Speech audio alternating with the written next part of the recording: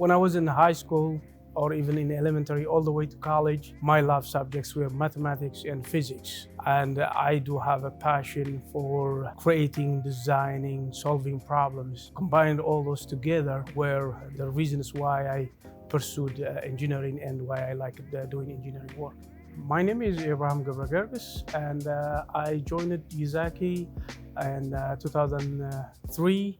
Our innovation, the work that we're doing here, specifically if we look at today's technology, we are right now working in the electric vehicle, and everything is now moving to that area.